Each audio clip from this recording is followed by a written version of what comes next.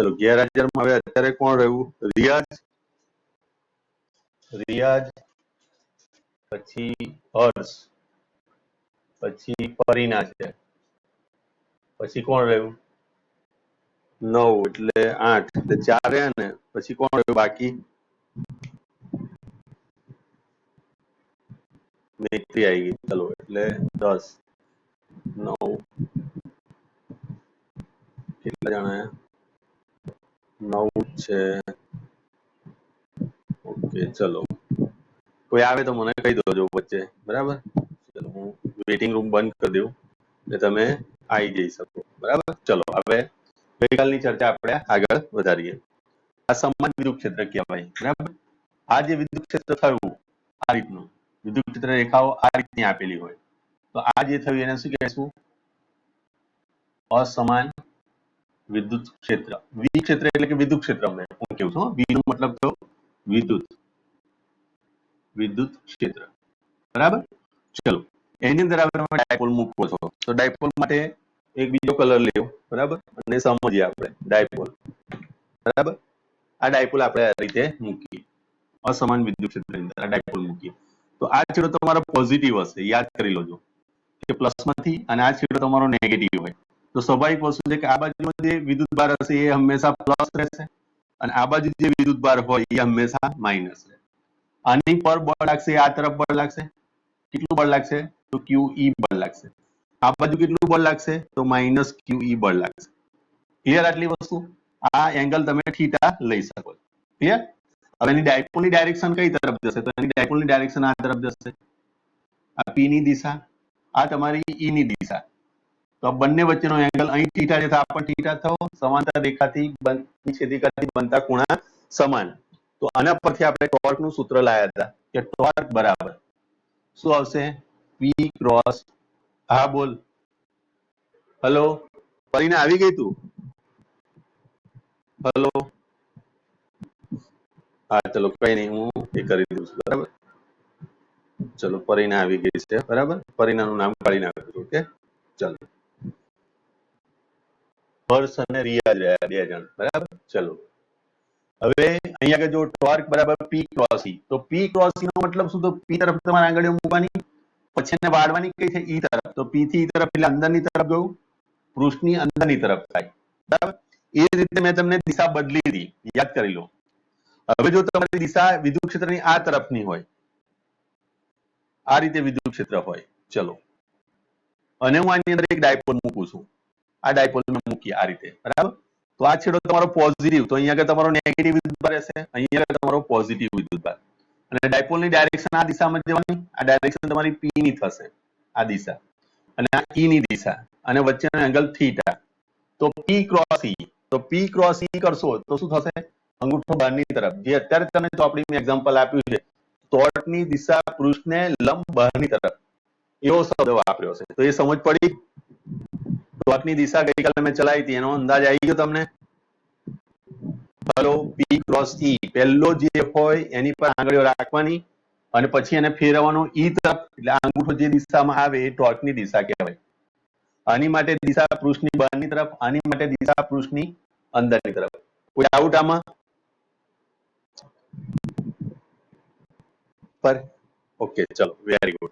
એ જ રીતે જો આ દિશા આ બદલવામાં આવે આ દિશાને જો હું ચેન્જ કરી નાખું આ દિશાને અને હું અધો દિશામાં રાખું આ રીતે તો સ્વાભાવિક વસ્તુ છે કે આ છેડો તમારો પોઝિટિવ છે તો અહીંયા આગળ તમારો નેગેટિવ વિદ્યુતભાર આવે અને આ છેડો તમારો આ તરફ પોઝિટિવ આવે એટલે એની ડાયરેક્શન કઈ તરફ જશે? આ તરફ P ની દિશા થશે અને આ તમારી E ની દિશા છે અને આની વચ્ચેનો એંગલ તમારો થીટા થાય તો હવે કઈ તરફ આવશે? જુઓ આંગળીઓ મેં આ તરફ રાખી અને પછી ફેરવું છું એ તરફ તો અંગૂઠો બહારની તરફ આ રીતે આવે છે બહારની તરફ। સમજ પડી? હેલો ઓકે તો આ તરફ ઉપરની તરફ પણ મેં બતાવી દીધું। હવે આ સાઈડ બતાવીએ દાખલા તરીકે હું આમ ફેરવી નાખું આને વિરુદ્ધ દિશામાં બરાબર તો આ છેડો તમારો થઈ જશે નેગેટિવ બરાબર અને આ છેડો થઈ જશે પોઝિટિવ। હવે આ પોઝિટિવ આવશે આ બાજુ અને આ બાજુ નેગેટિવ તો એની દિશા ઉલટાઈ જશે વિદ્યુત ડાયપોલની ડાયરેક્શન આ તરફની જશે વિદ્યુત ક્ષેત્રની દિશા પ્લસ થી માઇનસ તરફ આ દિશા E ની અને બંને વચ્ચેનો એંગલ શું થઈ ગયો? આ થીટા. ચલો હવે શું થશે?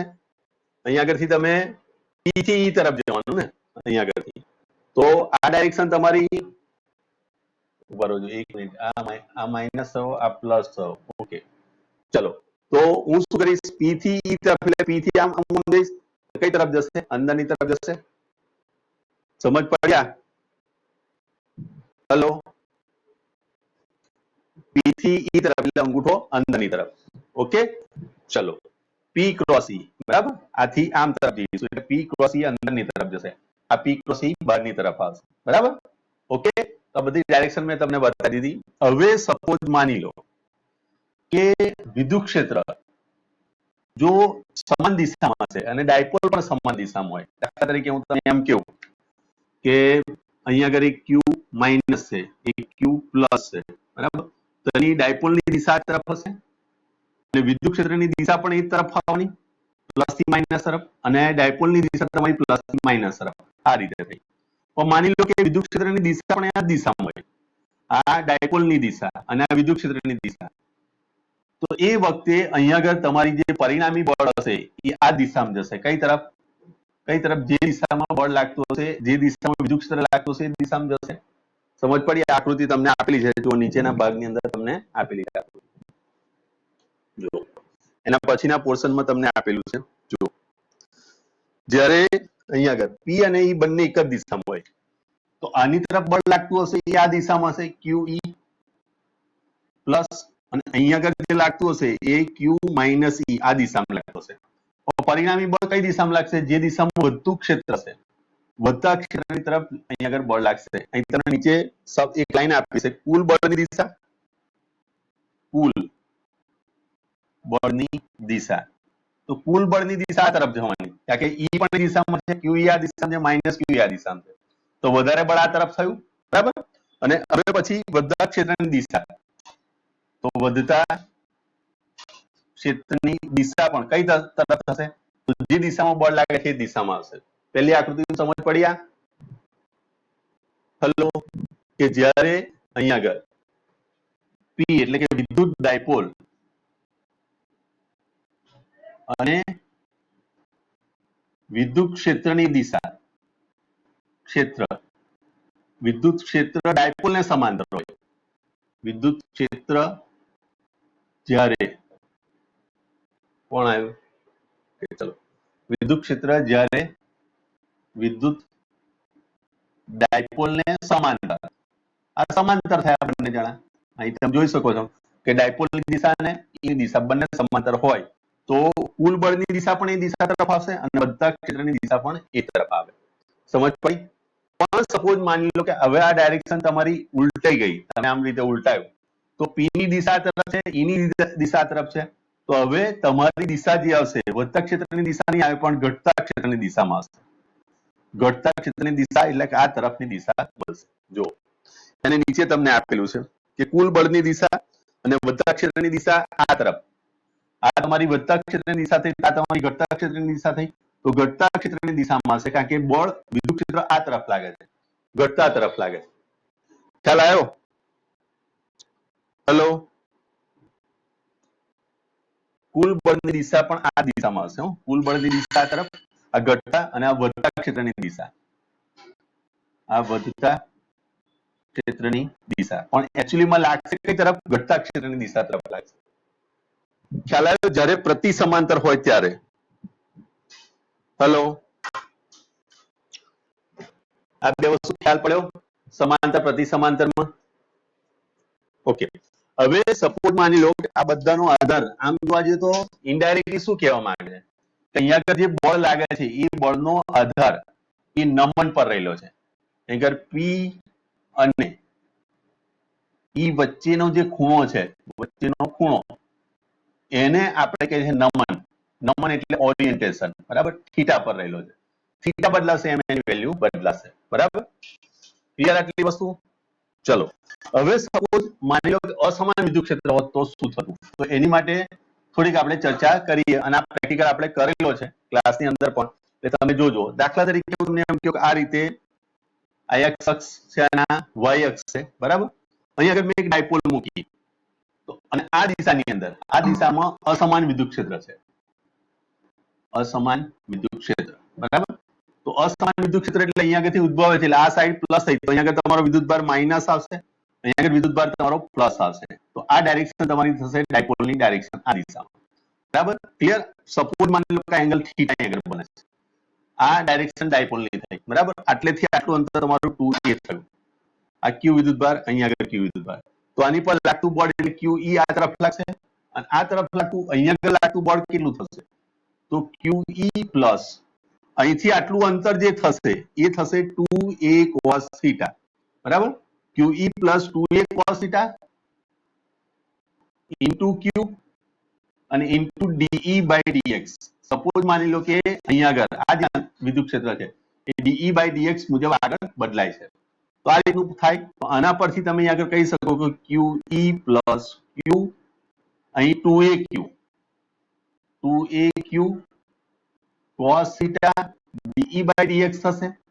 આ તરફનું બળ થશે માઇનસ, આ તરફનું બળ થશે પ્લસ. માટે પરિણામી બળ તમે જોશો, પરિણામી બળ તો આ બંનેનું સમેશન કરીએ તો એક પ્લસ અને આ માઇનસ ઉડી જશે એટલે તમારી જોડે આવશે 2AQ cos theta DE by DX. આ રીતે અહીં પણ આનો આધાર થીટા પર લો છે, જો થીટા જે રીતે બદલાશે એ રીતે આગળ વધશે.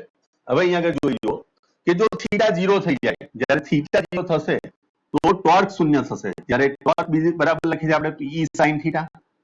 તો થીટા જ્યારે 0 થાય તો આ 0 થઈ જશે અને આ 0 થશે તો ટોર્ક બરાબર 0 થઈ જાય. તો યાદ કરો જ્યારે તમે કાગળના ટુકડા આ રીતે કરેલા હતા અને અહીં આગળ કાંસકો એની નજીક લાવતા હતા, આ રીતે આપણે કાંસકો લાયા હતા નજીક, અહીં માઇનસ વિદ્યુત ભાર હતો વાળામાં ઘસ્યા પછી, તો આ કાગળનો ટુકડો તો અહીંયાથી થોડીક જ વાર ફરશે, આમ ફરકની થોડીક જ વાર મળશે, પછી એની તરફ એ રેખીય ગતિ કરે છે. આનો મતલબ એ થયો કે જ્યારે થીટા 0 થઈ જાય, જ્યારે થીટા 0 થઈ જાય તો ટોર્ક શૂન્ય થઈ જશે એટલે ફરવાનું બંધ થઈ જશે, પણ એ સીધે સીધા એની તરફ રેખીય ગતિ કરશે અને રેખીય ગતિ માટે જવાબદાર બળ આ થયું. ખ્યાલ આવ્યો? હેલો, ચોપડીમાં આપેલું નથી, મેં તમને આ સમજાવ્યું, બરાબર. નીટ JEE બધાની અંદર આ ઉપયોગી છે એટલે ધ્યાન રાખજો. મેં અસમાન વિદ્યુત ક્ષેત્ર જ્યારે તમે કાંસકાને માથાની અંદર ઘસો છો એના વડે ઉત્પન્ન થતું વિદ્યુત ક્ષેત્ર એ કેવું કહેવાય? અસમાન વિદ્યુત ક્ષેત્ર. અથવા તો બિંદુવત વિદ્યુત ભાર મૂકેલો હોય તો પણ અસમાન વિદ્યુત ક્ષેત્ર કહેવાય. તો નીચેના પેરેગ્રાફની અંદર તમને અસમાન વિદ્યુત ક્ષેત્ર વિશે આપેલું છે. જુઓ લાસ્ટ પેરેગ્રાફમાં, અહીંયા આગળ આ લાસ્ટ પેરેગ્રાફ જે તમને આપેલો છે એની અંદર તમને અસમાન વિદ્યુત ક્ષેત્ર બાબતે આપેલું છે, બરાબર. સૂકાવાળ વાળો જે ઉદાહરણ છે એ વાસ્તવમાં શું છે? ડાયપોલનું પણ ઉદાહરણ છે, કારણ કે કાગળમાં તો કોઈ ડાયપોલ હોતી નથી, તો એ ડાયપોલ ક્રિએટ થાય છે અને એને તમે અસમાન વિદ્યુત ક્ષેત્ર એટલે કે કાંસકાના વિદ્યુત ક્ષેત્રમાં લાવો છો. એ વખતે થોડીક જ વારે ફરકડી કરશે, આમ ફરશે થોડીક જ વાર ટોર્ક લાગશે, પછી રેખીય ગતિ કરશે. શા માટે?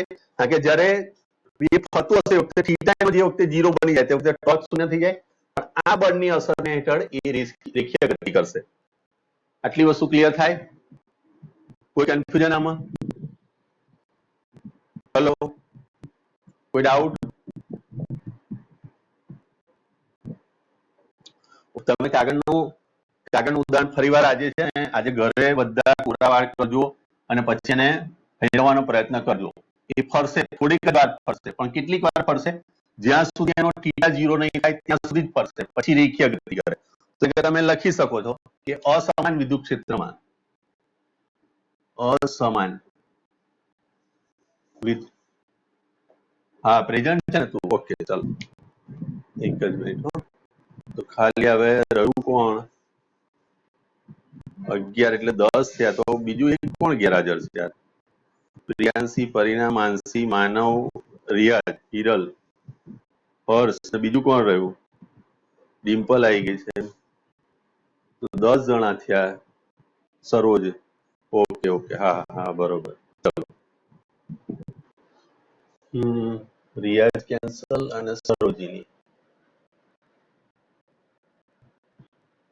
ચલો ઓકે, અહીં ધ્યાન આપજો કે અસમાન વિદ્યુત ક્ષેત્રમાં જ્યારે વિદ્યુત ડાયપોલ મૂકવામાં આવે છે ત્યારે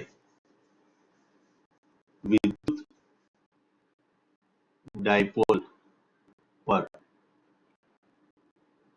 ટોર્ક અને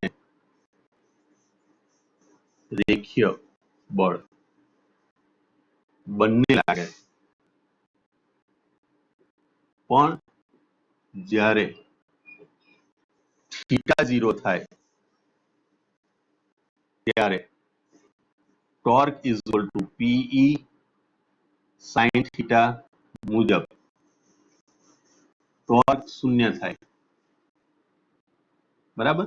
પણ પરિણામી બળ એ મેં તમને લખાવ્યું હતું એફ નેટ, હમણાં જ લખાવ્યું હતું, જોજો 2aq cos theta de upon dx મુજબ થીટા 0 થાય ત્યારે પરિણામી બળ મહત્તમ બને છે, અને તેથી ચાક ગતિ બંધ થશે. ચાક ગતિ એટલે કે ટોર્ક બરાબર 0 બંધ થઈ જાય છે, પણ રેખીય ગતિ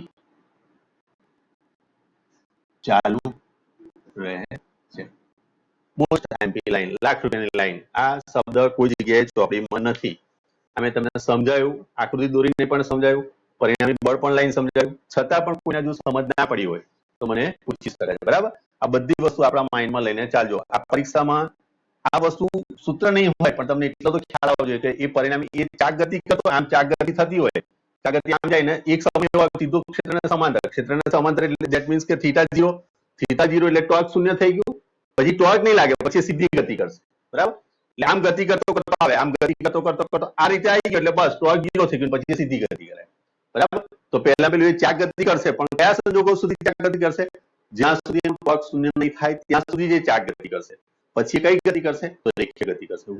મોસ્ટ આઈએમપી વસ્તુ, બરાબર. ચલો જોઈ લો. છે કોઈ ડાઉટ તો મને પૂછો.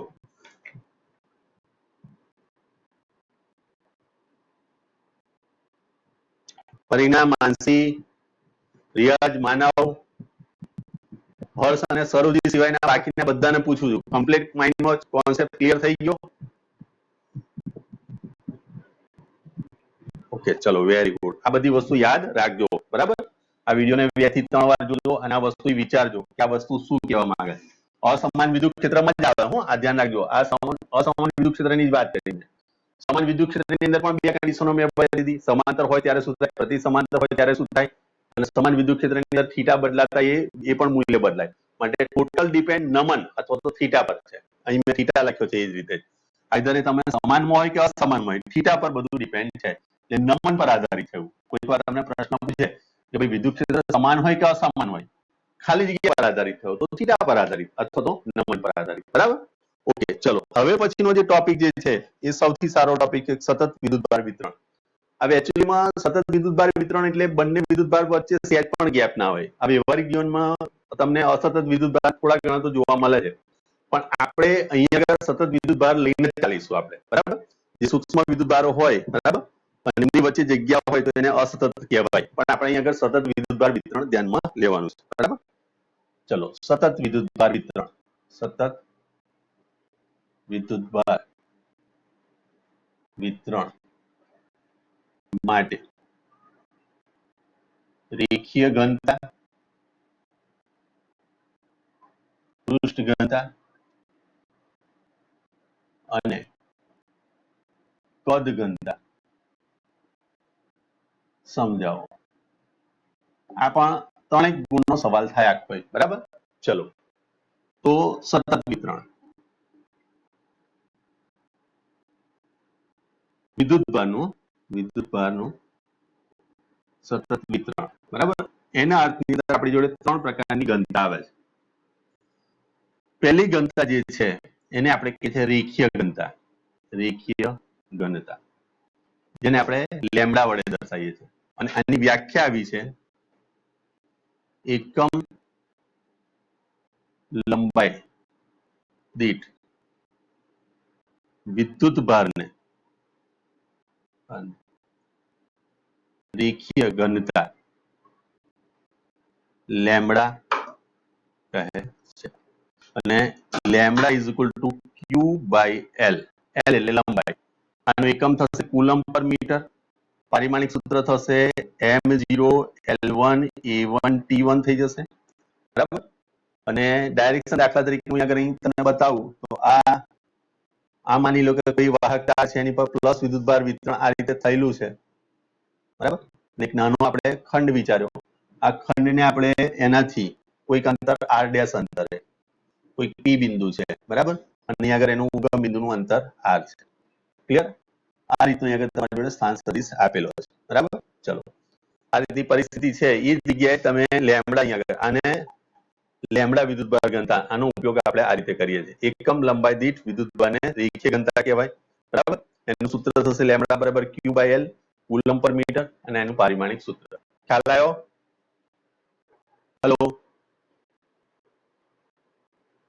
જ્યારે તમે કોઈ વાહક તારને ધ્યાનમાં લો, વાહક તાર પાત્રો તાર હોય, સમાન લંબાઈ હોય, સોરી સમાન પહોળાઈ ધરાવતો, એટલે અસમાન એની અંદર ના હોય, પણ સમાન નિયમિત તાર જે હોય એની પર વિદ્યુતભાર વિતરણ આ રીતે થયેલું હોય ત્યારે તમે રેખીય ઘનતા આ રીતે વ્યાખ્યાયિત કરી શકો છો, બરાબર.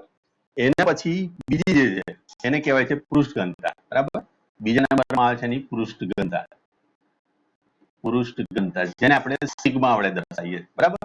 તો જે રીતે અહીંયા આગળ આવતું હતું એકમ લંબાઈ, તેવી રીતે આગળ પૃષ્ઠ છે, માટે આગળ તમે લખશો એકમ ક્ષેત્રફળ દીઠ વિદ્યુતભારને પૃષ્ઠ ઘનતા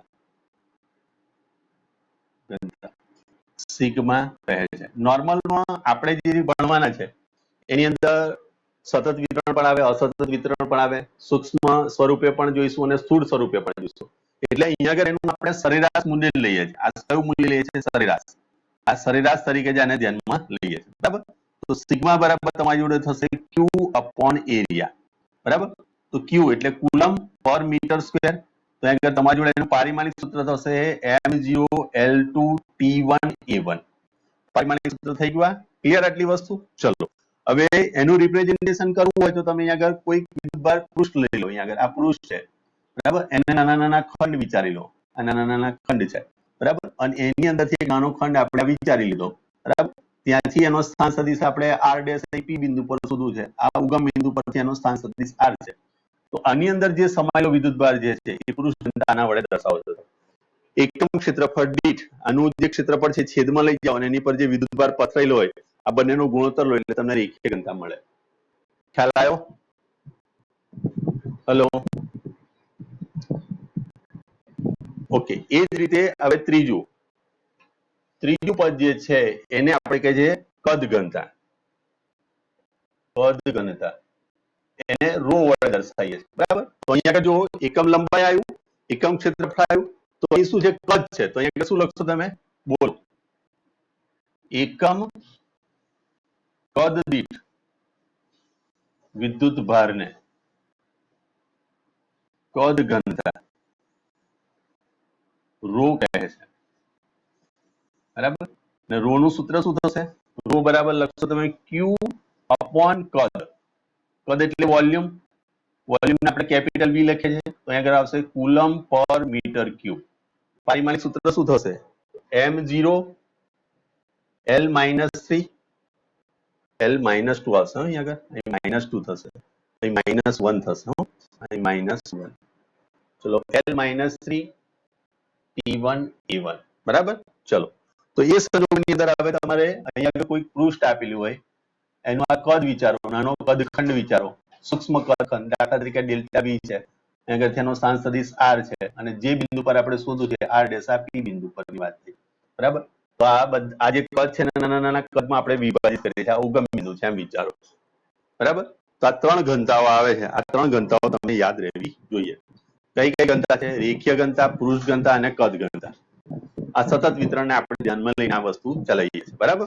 તો આના ઉપરથી દાખલા તરીકે કદ વિસ્તરણને લીધે આપણે જો વિદ્યુત ક્ષેત્રમાં તારવવું હોય તો વિદ્યુત ક્ષેત્રનું સૂત્ર આપણે તારવાનું કે તો વિદ્યુત ક્ષેત્રનું આપણે સૂત્ર લખીએ છીએ E બરાબર કે ક્યુ અપોન આર સ્ક્વેર આવું સૂત્ર આપણે તૈયાર છે તો કે તો એમને એમ જ રહ્યો ક્યુ ની જગ્યાએ આના પછી શું લખી શકાય તો ક્યુ અહીં ડેલ્ટા બી પણ તમે લખી શકો છો તો Q is equal to rho into delta B પણ લખાય તો આની જગ્યાએ તમે લખી શકશો rho delta B upon R square into R cap બરાબર આર કેપ લઈ લો બરાબર ઈ સદિશ તરીકે તમે આ રીતે સૂત્ર પણ તારવી શકો છો જ્યાં જ્યાં મને ક્યુ દેખાય તો આ સૂત્ર પરથી હું અહીંયા ડેલ્ટા બી પણ અહીંયા લખી શકાય ડેલ્ટા એ પણ તમે કહી શકો છો આ ડેલ્ટા એલ પણ તમે અહીં લખી શકો છો ડેલ્ટાના સ્વરૂપમાં પણ તમે લખી શકો આ કે સૂક્ષ્મ કદખંડ સૂક્ષ્મ રેખાખંડ આવશે અહીં સૂક્ષ્મ ખંડ આવશે એટલે કે ક્ષેત્રફળનો ખંડ આવશે અહીં સૂક્ષ્મ કદખંડ બધા સૂક્ષ્મ વિભાગ આપણે કન્સિડર કર્યા અહીં આગળ આટલો નાનો ભાગ મેં લીધો એટલે કે ડીએલ લીધું આ ડેલ્ટા એલ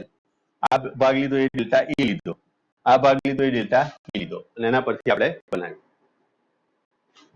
ચલો છે કોઈ કન્ફ્યુઝન આમાં હેલો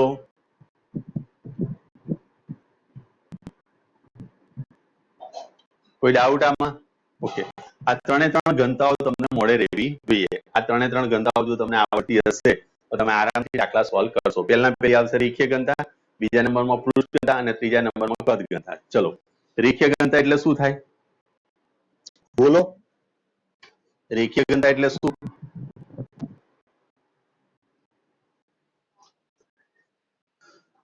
બોલો બોલો રેખીય ઘનતા કોને કહીશું हाँ चलो बीजा नंबर ની અંદર પૃષ્ઠ ઘનતા કોને કહેવાય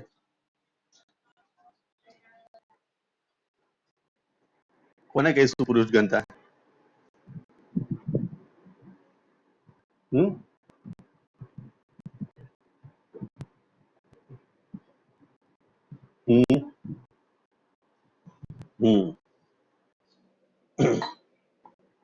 કદ ઘનતા અહીં એક જ લાઈન યાદ રાખો અહીં લંબાઈ લઈ લો એટલે પૃષ્ઠ રેખીય આવે ક્ષેત્રફળ લઈ લો પૃષ્ઠ આવે નહીં કદ લઈ લો એટલે શું આવે કદ ઘનતા આવે સૂત્ર એ બધા એઝરી જેવા છે એકમ પારિમાણિક સૂત્ર પણ લખી શકો તમે બરાબર ચલો જઈએ આગળ હેલો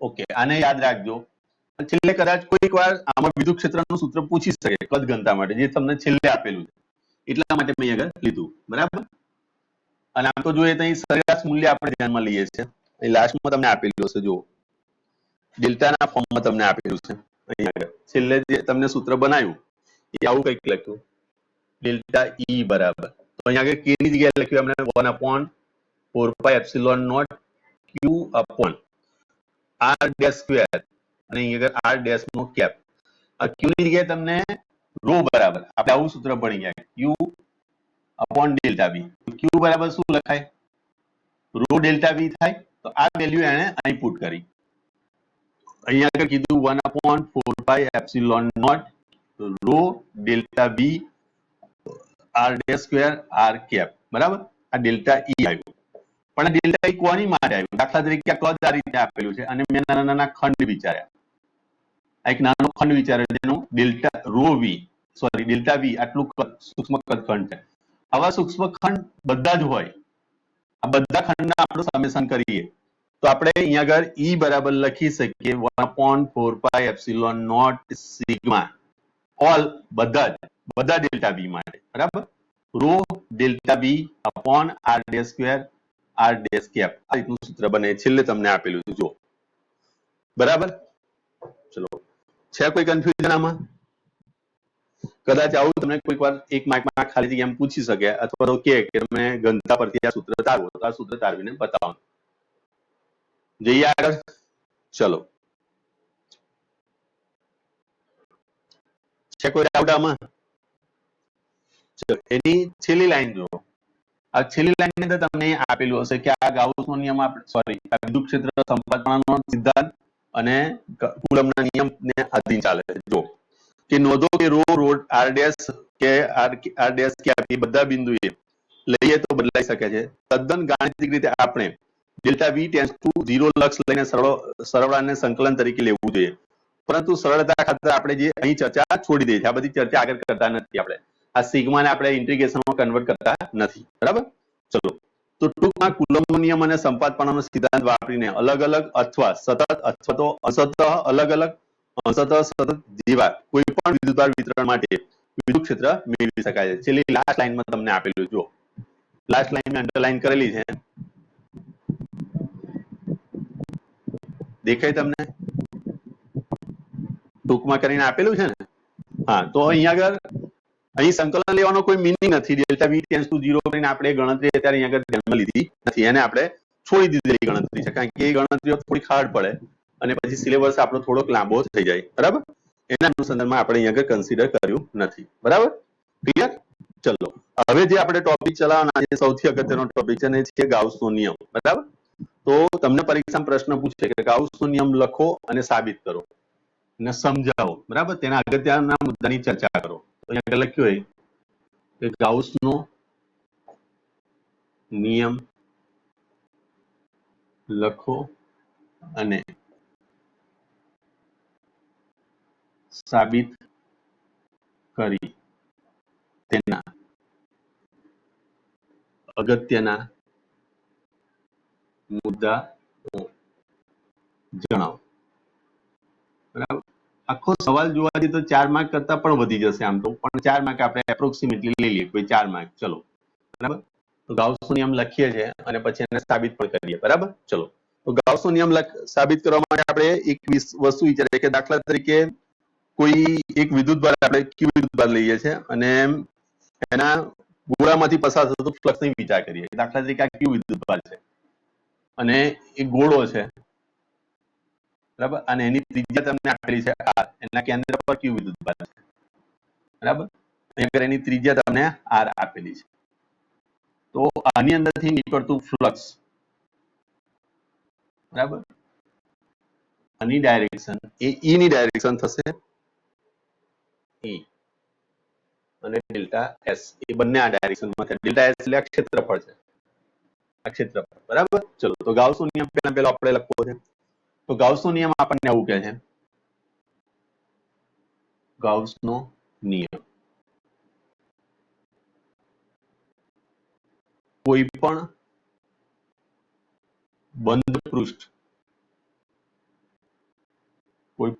પૃષ્ઠ સાથે સંકળાયેલું કુલ વિદ્યુત ફ્લક્સ તે પૃષ્ઠ વડે ઘેરાયેલા કુલ વિદ્યુતભાર અને એપ્સિલોન નોટ ના ગુણોત્તર બરાબર હોય છે. That means કે flux is equal to sigma q upon epsilon naught, અથવા તો તમે q upon epsilon naught આવું તમે સૂત્ર વાપરી શકો છો. બરાબર, આ ગાઉસનો નિયમ છે. બરાબર, ચલો, આનો મતલબ એવું કહેવા માંગે કોઈ પણ બંધ પૃષ્ઠ, દાખલા તરીકે એક બંધ પૃષ્ઠ થયું, એની અંદર આ વિદ્યુતભાર q છે, આની